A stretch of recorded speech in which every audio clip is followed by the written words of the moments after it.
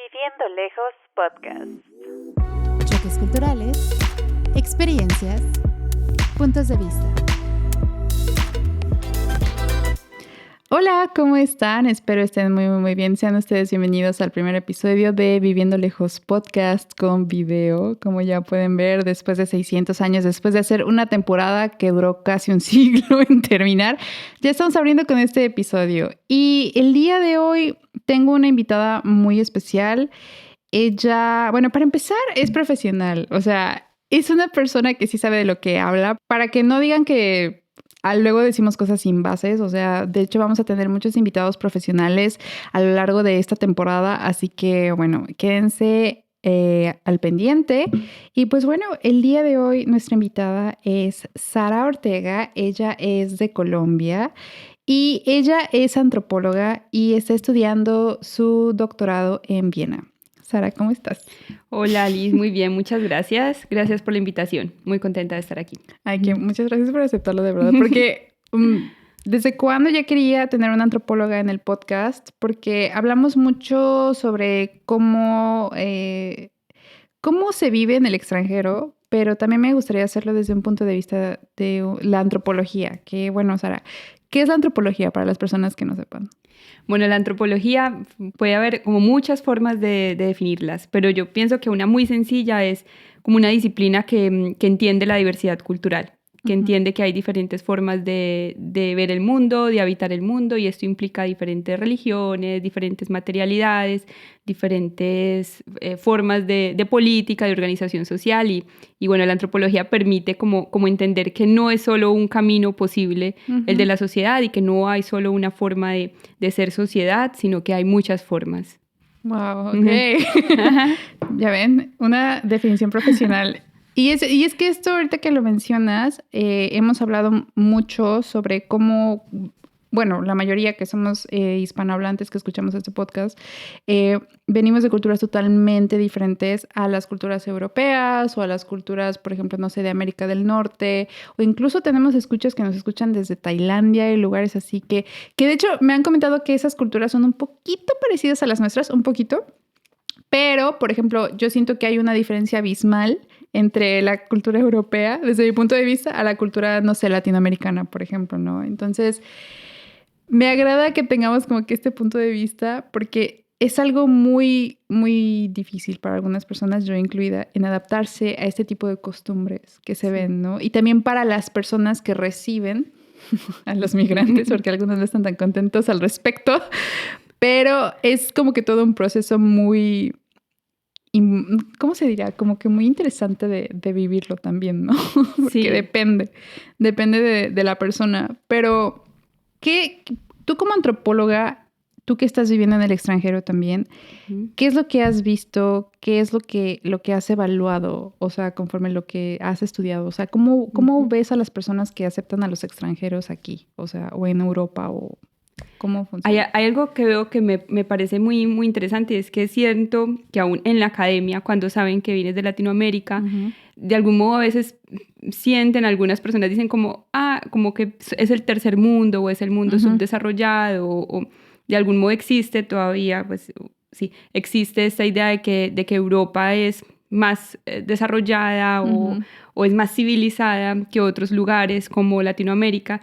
Y este ha sido pues un choque porque, digamos, desde la antropología, desde las ciencias sociales y sobre todo desde el pensamiento latinoamericano, lo primero que uno quiere destruir, o esa idea que uno quiere como salirse de ella, es del eurocentrismo, de creer que Europa es el centro del mundo.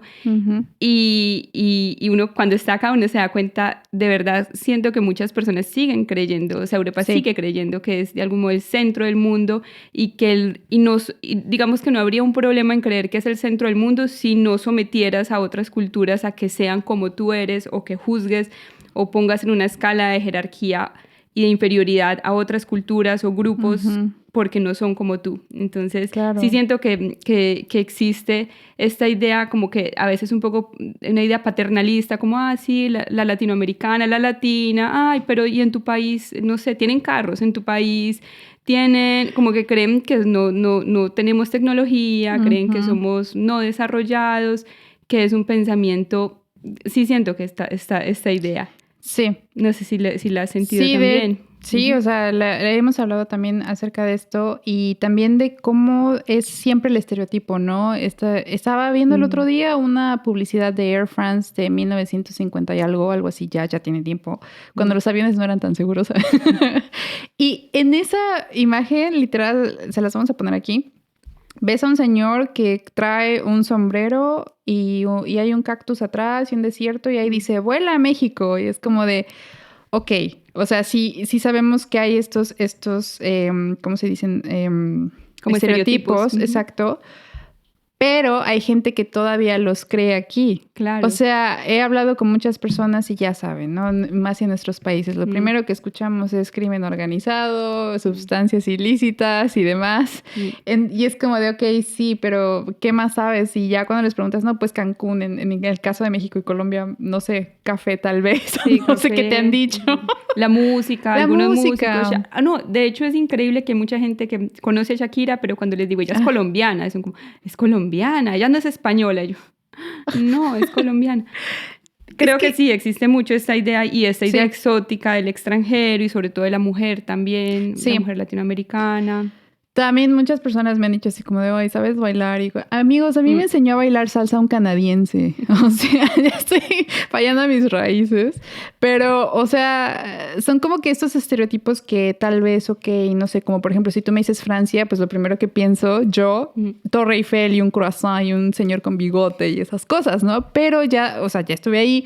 Ya ahora que lo pienso, pues ya es como, hay gente grosera, ¿no? Ay, es que los franceses, los parisinos, algunos sí son así como que muy, muy hardcore, pero ya son cosas que se me vienen a mí a la mente porque ya estuve ahí, ¿no? Y es cosa de que conozcas a la cultura, también conozcas cómo funcionan ellos como sociedad también, ¿no? Y ya cuando haces eso, ya es cuando se abren tus horizontes, ¿no? Por ejemplo, tengo una amiga que tiene un novio que él vivió en Barcelona, vivió en México, vivió así. Y cuando lo conocí, se nota porque me dice, de México, donde probé los mejores tacos al pastor. Y yo, ¡ay, eso sí! O sea, porque ahí te das cuenta de quién sí ha viajado y quién ya dejó estos estereotipos atrás. Pero el problema, yo siento, es cuando estos estereotipos se quedan en general en la cultura y te ven, o cuando tienes contacto con ellos, y te tachan como si fueras otro más de que hace esas cosas, ¿sabes? Exacto. Entonces, para mí como que sí ha sido un choque cultural muy cañón en ese aspecto, porque cuántas personas no me han dicho sobre el crimen organizado y esas cosas, que la verdad sí me duele que lo relacionen todo el tiempo con eso, o las series que hace Netflix, o esas cosas que, o sea, sí es cosas que pasan en nuestros países, pero no simplemente es eso, o sea, es más.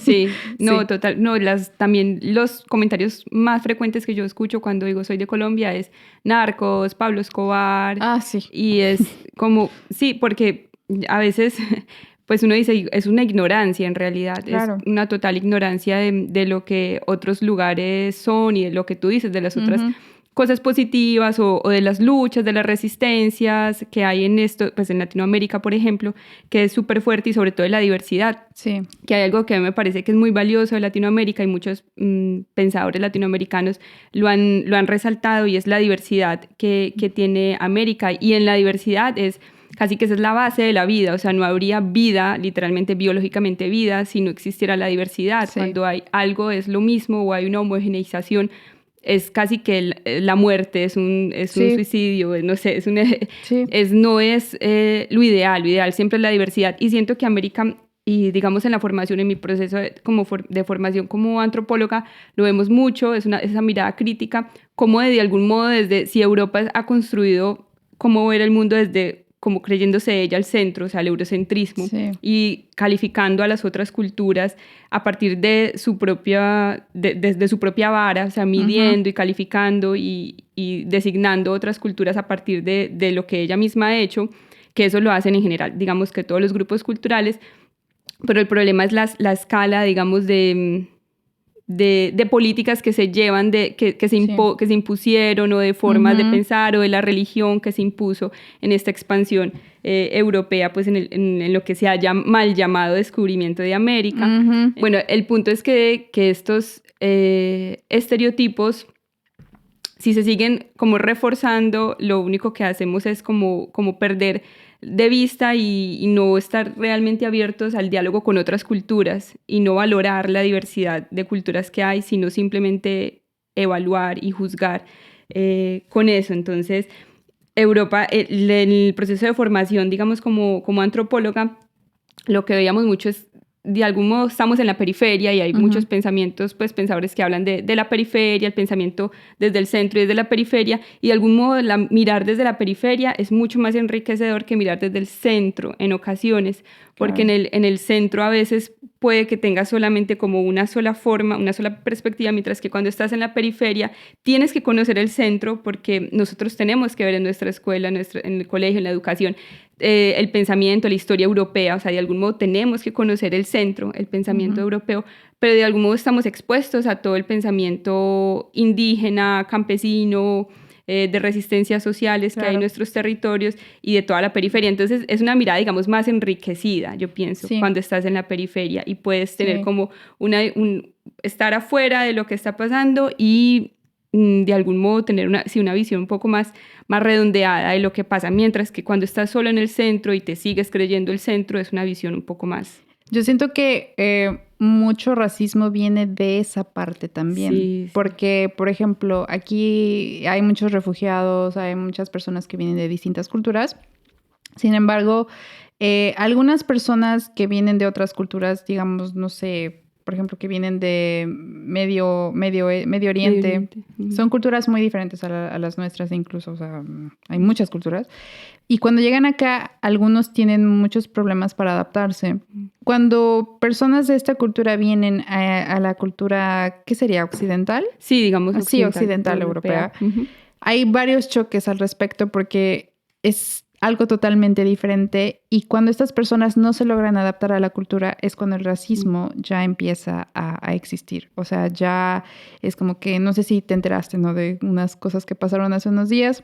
No. Un señor agarró un cuchillo y acuchilló a una persona y esta persona era de un país de allí, ¿no? Entonces han pasado cosas y estas cosas que son violentas para los austriacos en este caso, porque aquí, pues, digamos que la violencia no es tanta como en nuestros países de Latinoamérica, por ejemplo.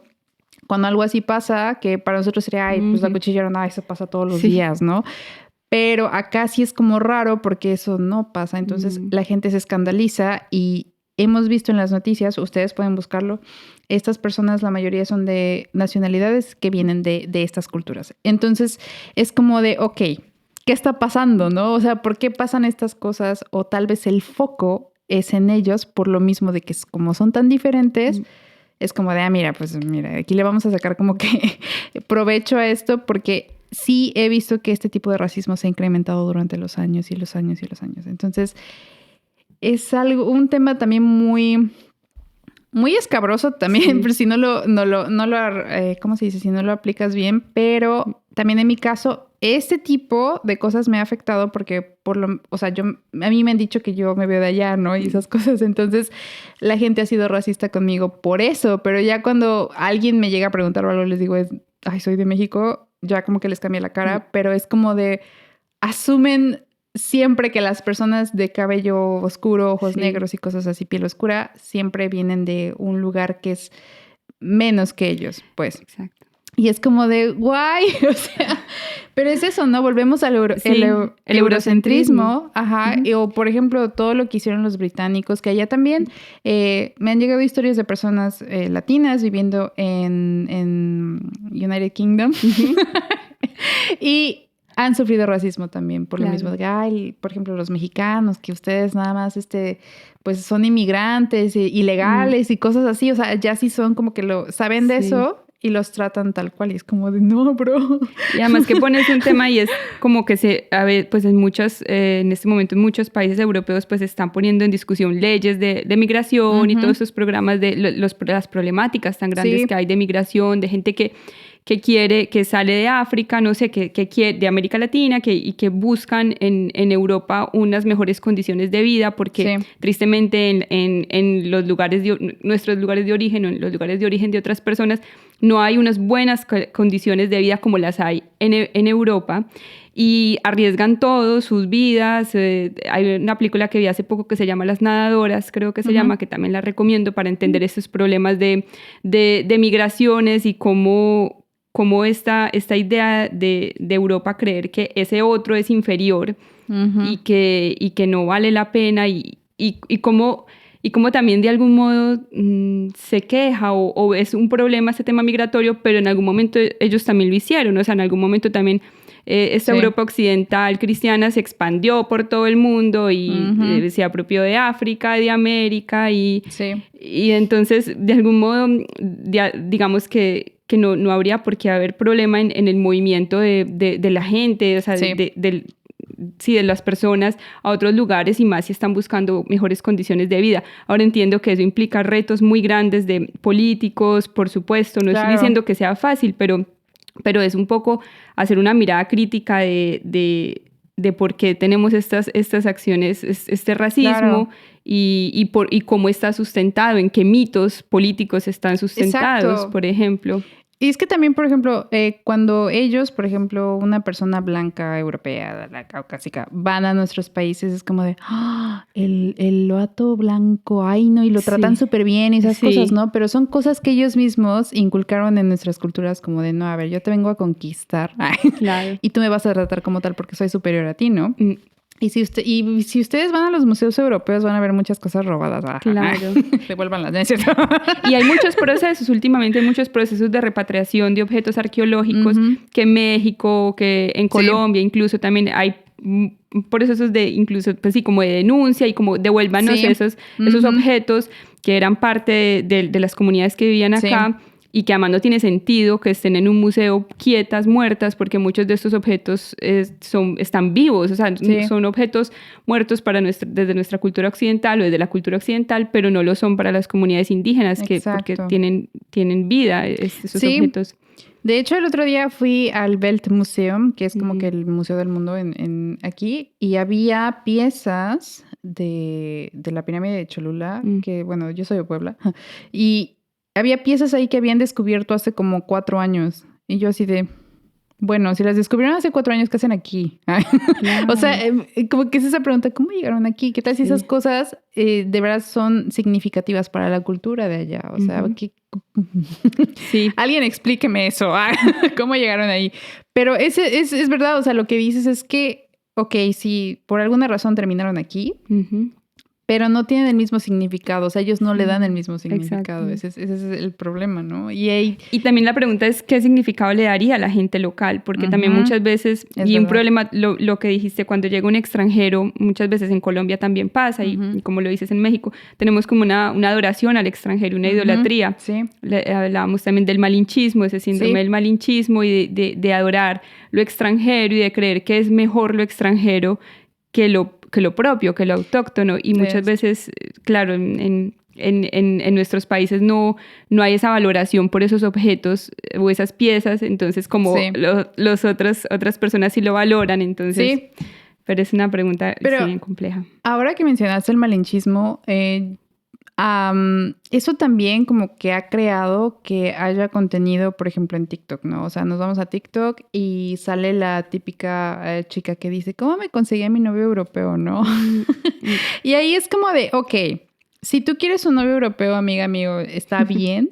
Simplemente el hacerlo como que de esto de que va a ser mejor que tener un novio mexicano o algo así, no es bueno. Yo opino hacerlo desde esa raíz, sino simplemente si quieres como que ver otras cosas, explorar otros horizontes, está bien, pero si lo haces así como de, no, pues es que es mejor tener esto, yo siento que desde ahí no, porque también de ahí parten historias que no han sido tan felices. O sea, este podcast ya saben que no romantizamos nada, aquí intentamos hablar sobre cómo suceden las cosas.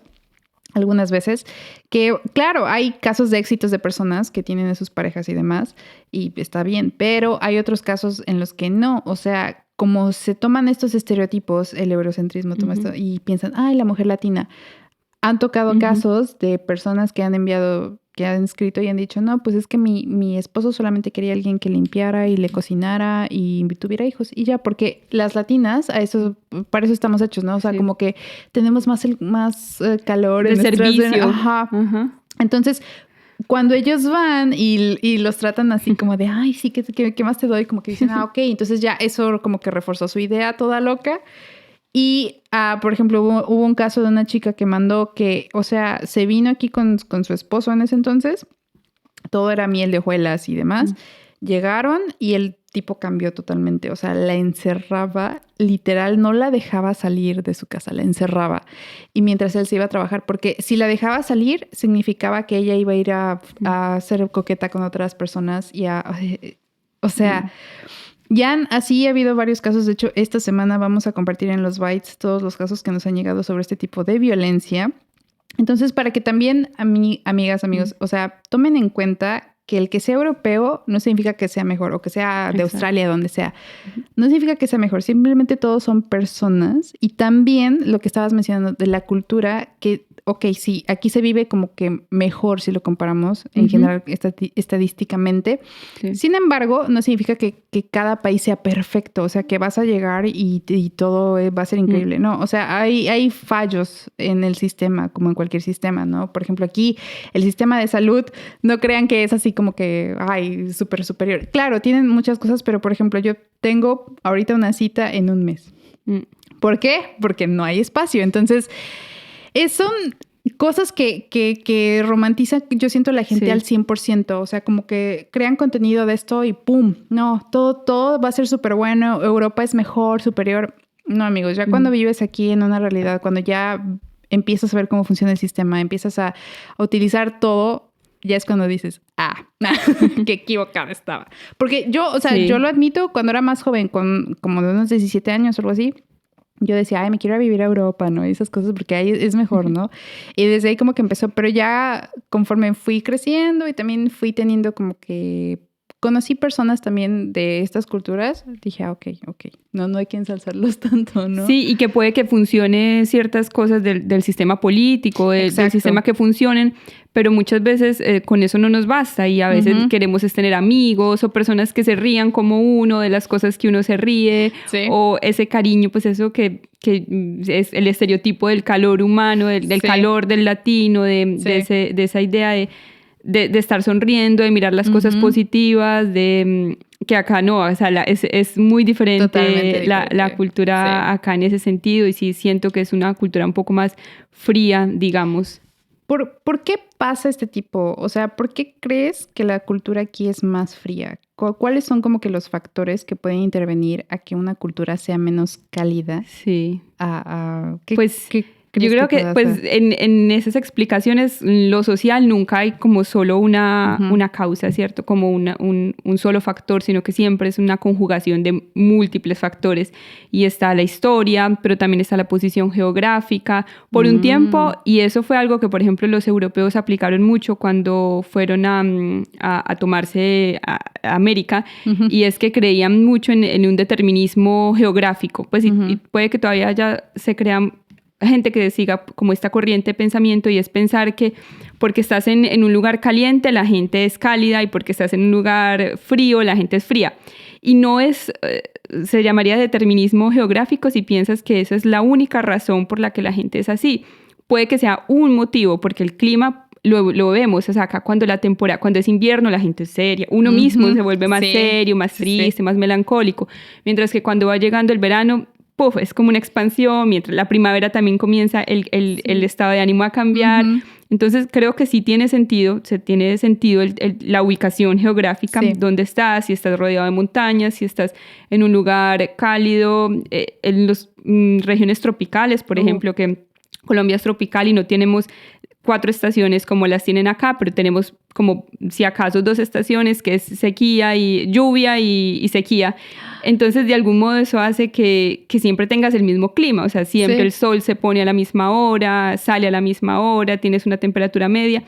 Y de algún modo, pues algunas personas dicen eso tiene que ver con la idea de que sientas que todo está ahí, cuando das por sentado que todo está ahí, no haces como tantos esfuerzos o necesitas tanta disciplina como lugares que tienen climas más difíciles o que tienen invierno, periodos en los que no tienes casi luz del día, entonces tienes que encerrarte, entonces de algún modo empiezas a ser más disciplinado con ciertas cosas.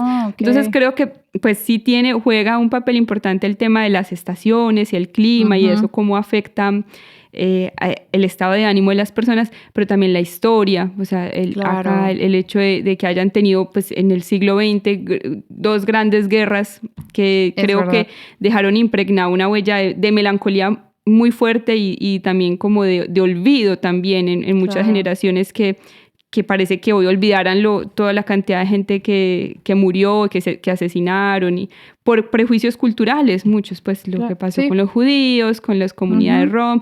Entonces, cuestiones históricas, mientras que nosotros de algún modo, pues yo veo América, a mí me gusta mucho leer del tema americano, de la cuestión americana, nuestra América, como otros pensadores la llaman, y finalmente América es como un crisol donde se conjugaron todo el mundo, o sea, África, que fue allá, que llevaron esclavizados muchas personas, con toda su riqueza cultural, todos sus ritos, su música, sus religiones, sus espiritualidades, pero también todas las comunidades indígenas que ya existían en América, porque América estaba muy poblada en el momento en que llegaron los cristianos occidentales, o sea, estaba llena de una diversidad cultural impresionante, a más grandes civilizaciones también, más luego como todo el proceso de invasión que hay de europeos. Entonces, de algún modo, como que en América se encuentran, como se encontraran todas las culturas. Wow, incluso hay muchos viajes desde la Polinesia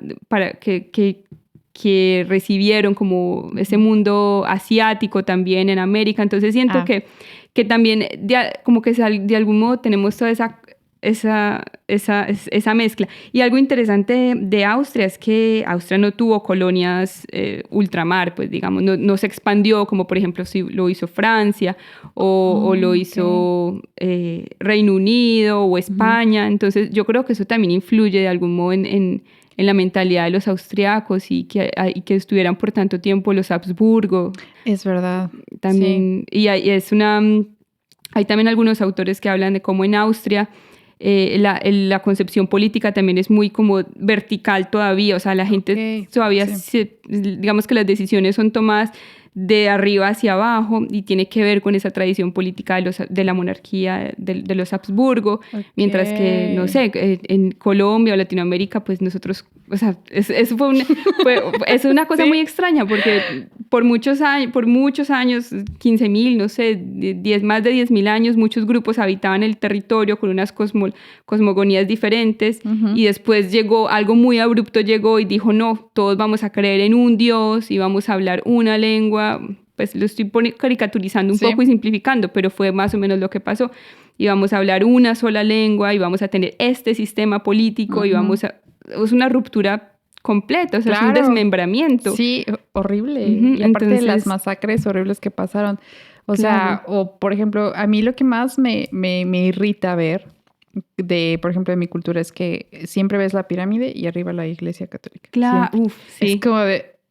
es como una declaración como de, mira, tu cultura me la paso por aquí y no me importa y mira lo que está. Eso para mí es algo impresionante. O sea, si te pones a analizar esas cosas es como de what the fuck. Muy violento. Es súper violento. Y todo lo que sucedió. Entonces, sí, es como que una declaración muy, muy directa. Pero yo siento que cuando, por ejemplo, vamos a hacer el ejemplo de las personas, que un suceso que está pasando ahorita, que no sé, en México al menos, no sé, en Colombia, de personas de Estados Unidos que ahora se van a ir a vivir a Ciudad de México porque trabajan remoto y ellos entran al país así, creo que se pueden quedar 6 meses. No me hagan caso, no sé. Se quedan 6 meses y están ahí viviendo, no pagan impuestos, nada. O sea... Y obviamente alzan el costo de la vivienda para los mexicanos. Sí. Exacto, la gentrificación.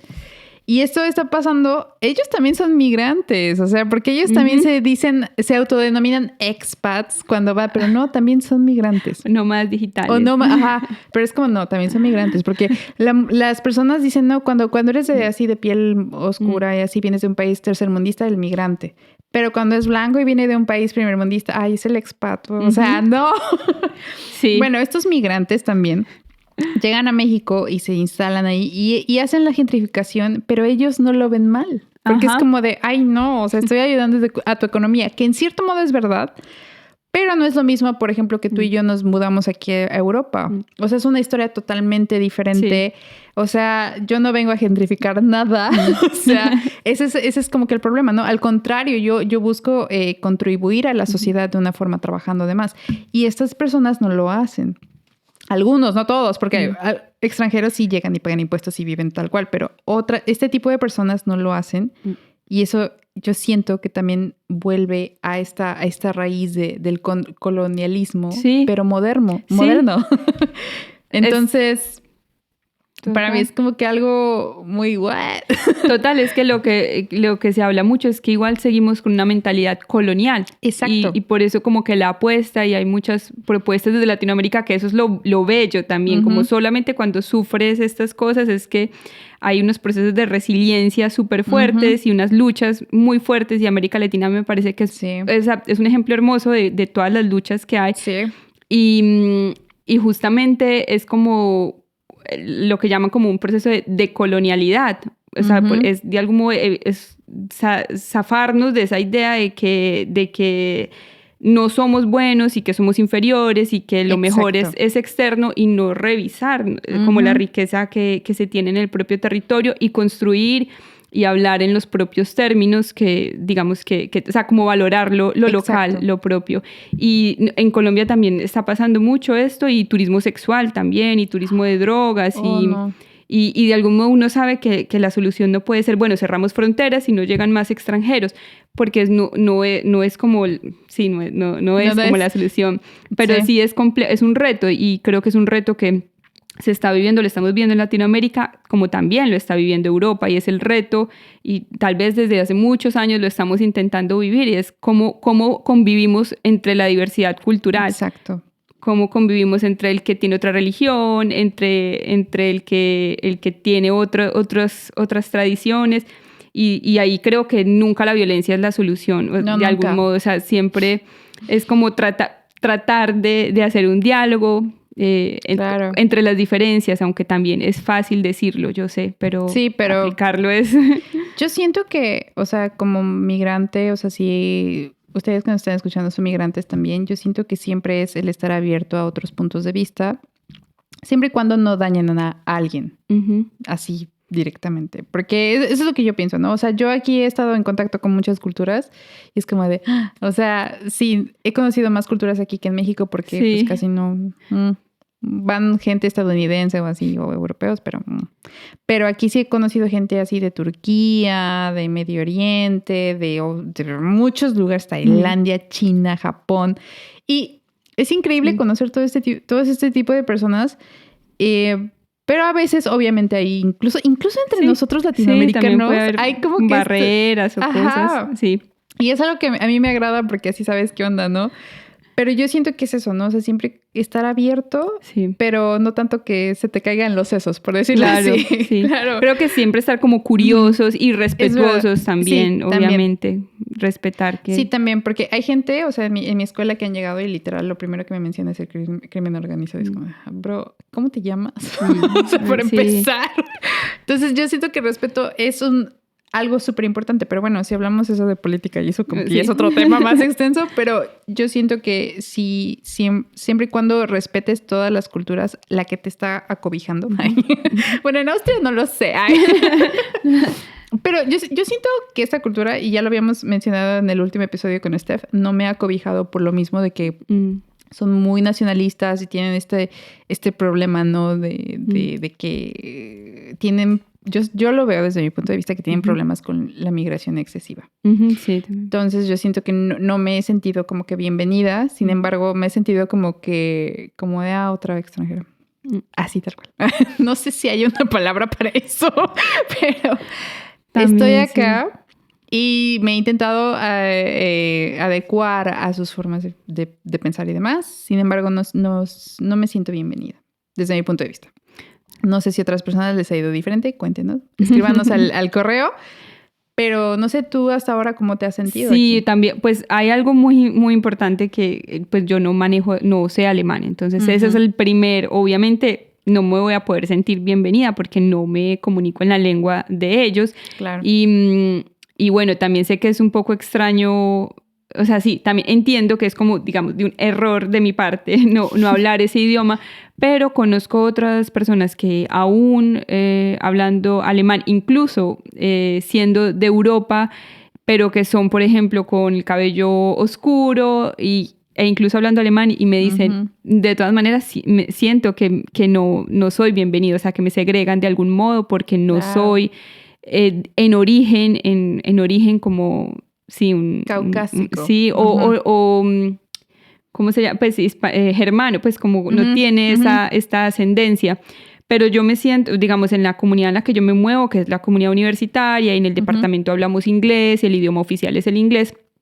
O sea, sí siento, no he tenido como problemas, sin embargo siento esto que mencionaba un poco al comienzo y de pronto no fui muy clara, y es como que hay cierto paternalismo, cierto como, ay, sí, ella es de Latinoamérica, ay, sí, o algo exótico, como, wow, Latinoamérica, siempre he querido ir a Latinoamérica, pero sí, es como ideas muy superficiales de Latinoamérica y el estereotipo, sí. Pero no es sentido, o sea, bueno, ese sí, en el mundo académico. Ahora, afuera, digamos, cuando uno está en la calle y las pocas veces pues que he podido así como interactuar, sí siento que sí hay una diferencia. No me siento bienvenida tampoco, definitivamente. Claro, tampoco sí, no. Me siento como acogida.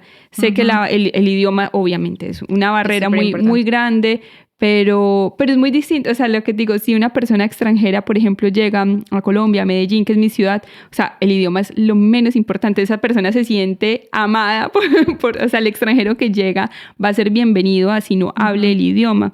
Pero es una forma de ser de nosotros, que somos como muy serviciales y como que queriendo ayudar al otro.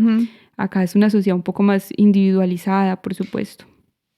Pero, por ejemplo, ¿crees que eso de que a nosotros no nos importe que hablen nuestro idioma venga también de la colonización, de todo lo que nos enseñaron?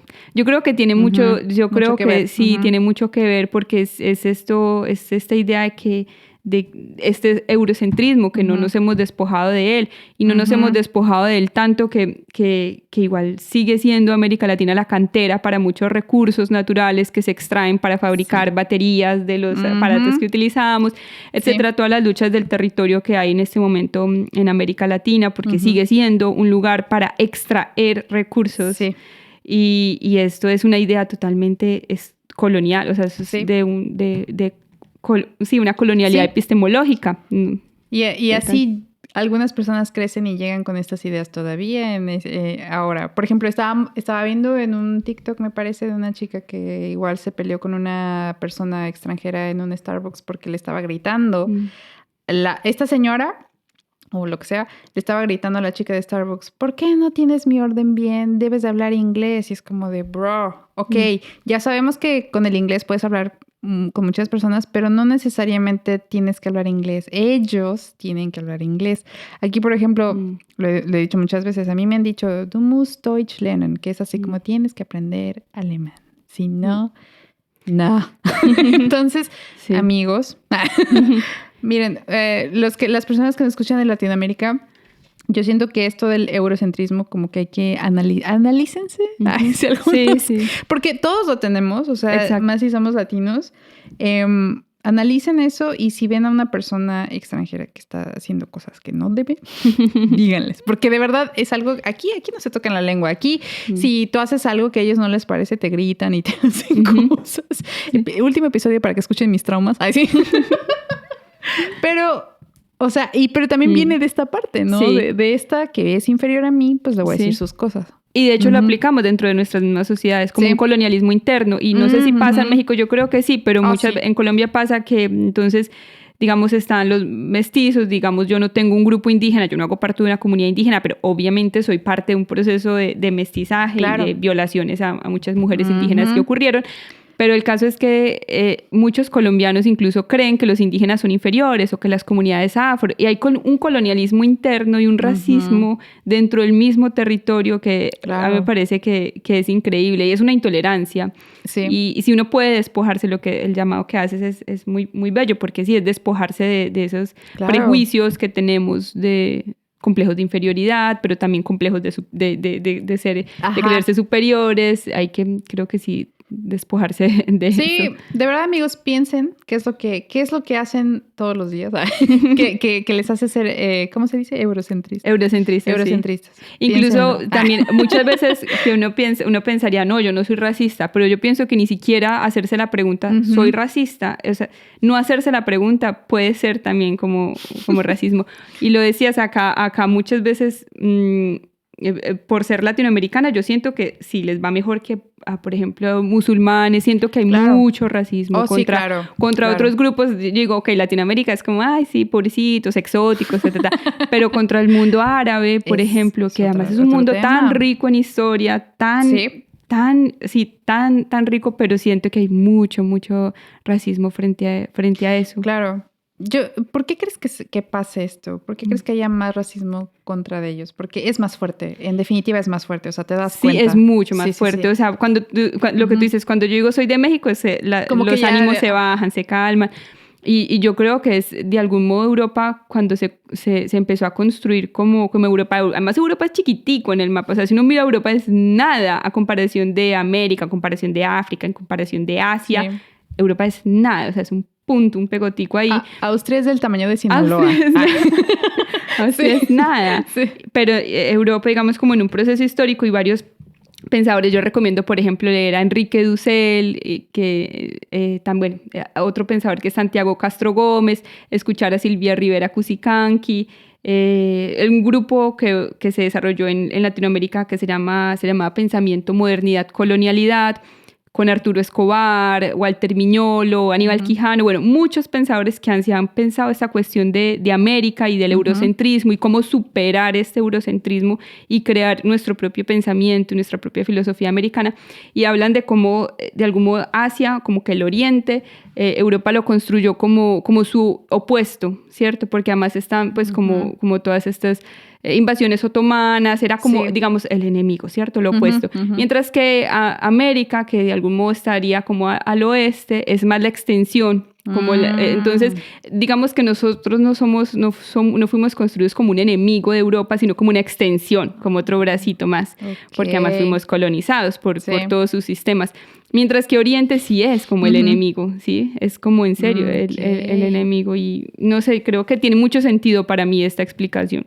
Es muy histórica, sí, ahora pero que lo mencionas sí me quedé así.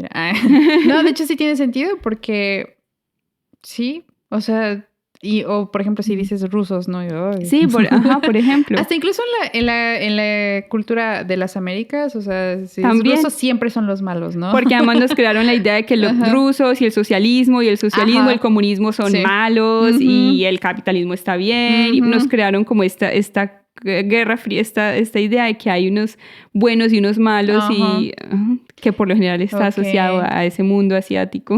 Sí, entonces tiene sentido, amigo, sí. Pero, es que no sé, a veces yo antes de mudarme, de hecho, o sea, no había reparado en pensar en estas cosas, obviamente. Pero ya cuando vine aquí dije, ¿por qué pasa esto? ¿Por qué? Entonces como que siempre quise preguntarle a una experta y ver qué onda, ¿no? Porque así ya entiendo mejor por qué pasan ciertas cosas de racismo, por qué puede pasar eso, ¿no? Que claro, también las personas también están loquitas. Sí, además que siento que de algún modo son víctimas también, pues no víctimas, suena muy feo, pero como son víctimas de su propio contexto, o sea, ellos también, o sea, sí, puede ser. Cuando no es normal que uno se pregunte por esas cosas, o sea, no es tan natural, uno no aprende eso en la escuela, es decir, o sea, es muy difícil, entonces. Yo siento ya cuando lo vives en tu contexto de que literal ahí es cuando te dices, chale, claro. ¿Qué está pasando? Pero, por ejemplo, antes había yo siento que más racismo en Estados Unidos. Hace muchos años yo sentía que había más por la migración. Sí. Pero ahora ya no sé, también tengo amigos que viven en Estados Unidos, ya yéndonos a las Américas, que ya no hay tanto racismo como antes. Que claro, siempre hay algunas Karens, que así le dicen, pero ya siento que las personas que somos más jóvenes, como que ya estamos en cierto modo cambiando algunos puntos de vista, que no son tan... ¿cómo se dice? ¿Rígido? No, tan... ¿Cómo se dice? Como que muy... Ay, se me fue la palabra. Rígidos, ¿no? No, es... Tradicional, no. Que no son puntos tan extremistas. Yo siento que las generaciones jóvenes ya vienen un poquito menos así, o no sé. Yo creería también eso, pero luego veo noticias de que hay en Alemania y hay en Austria también muchos grupos de como de derecha que de verdad creen que su grupo étnico nacional es superior y o sea, fue una sorpresa para mí. Yo he visto que en las noticias pasan mucho en Austria acá y en serio esos grupos de extrema derecha están fuertes y son jóvenes y es verdad. Entonces no sé, en el caso de Estados Unidos no sabría bueno, amigos, decirte. si ustedes tienen así como experiencias que digan, no, esta vieja está loca, mándenme el correo también para que las leamos. Pero ese es mi punto de vista y desde mis amigos, no sé.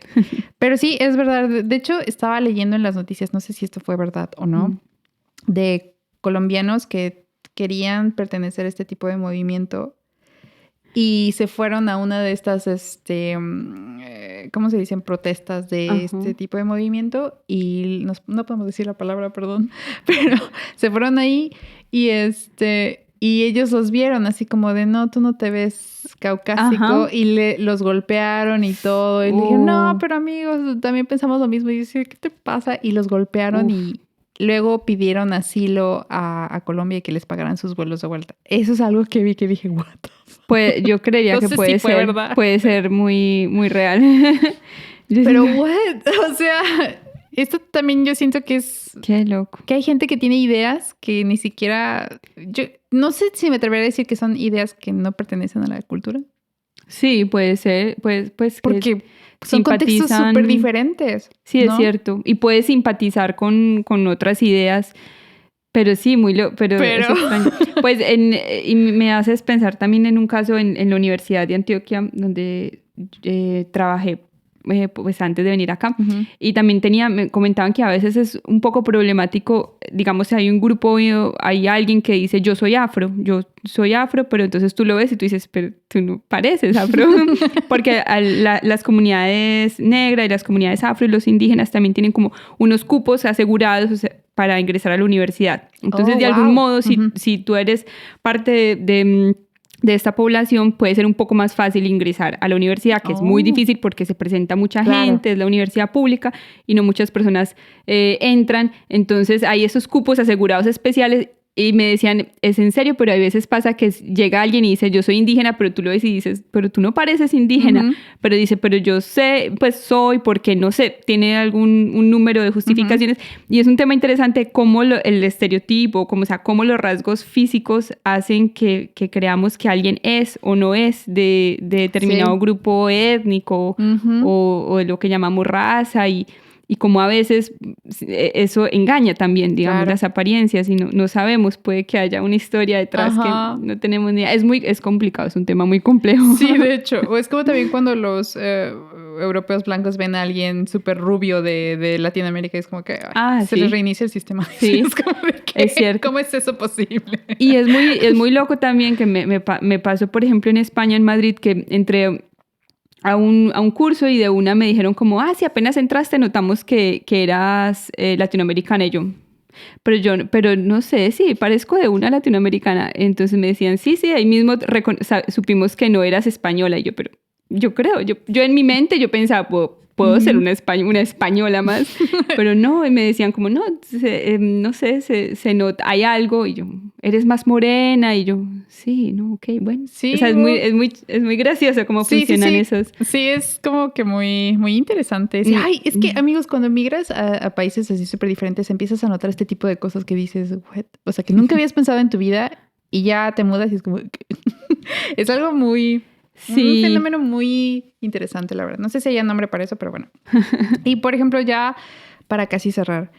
A ver, ¿cuántos días o semanas o meses llevas en Viena hasta ahora? Llevo como 7 meses. 7 meses. Sí, más o menos. ¿Y hasta ahora cómo te has sentido aquí? Me has dicho que también no te sientes bienvenida. Sí, pero no ¿qué más has sentido que dices, ok? La verdad hay algo y es que otra experiencia que veía, yo viví un tiempo en Budapest también y a mí Budapest me encantó, por ejemplo. No sé por qué sentí que la ciudad era más viva y yo sentía que había más diversidad cultural. También de pronto tiene que ver porque tenía ya como un grupo de personas y como que conocí un grupo de latinos justamente y también otro grupo de personas.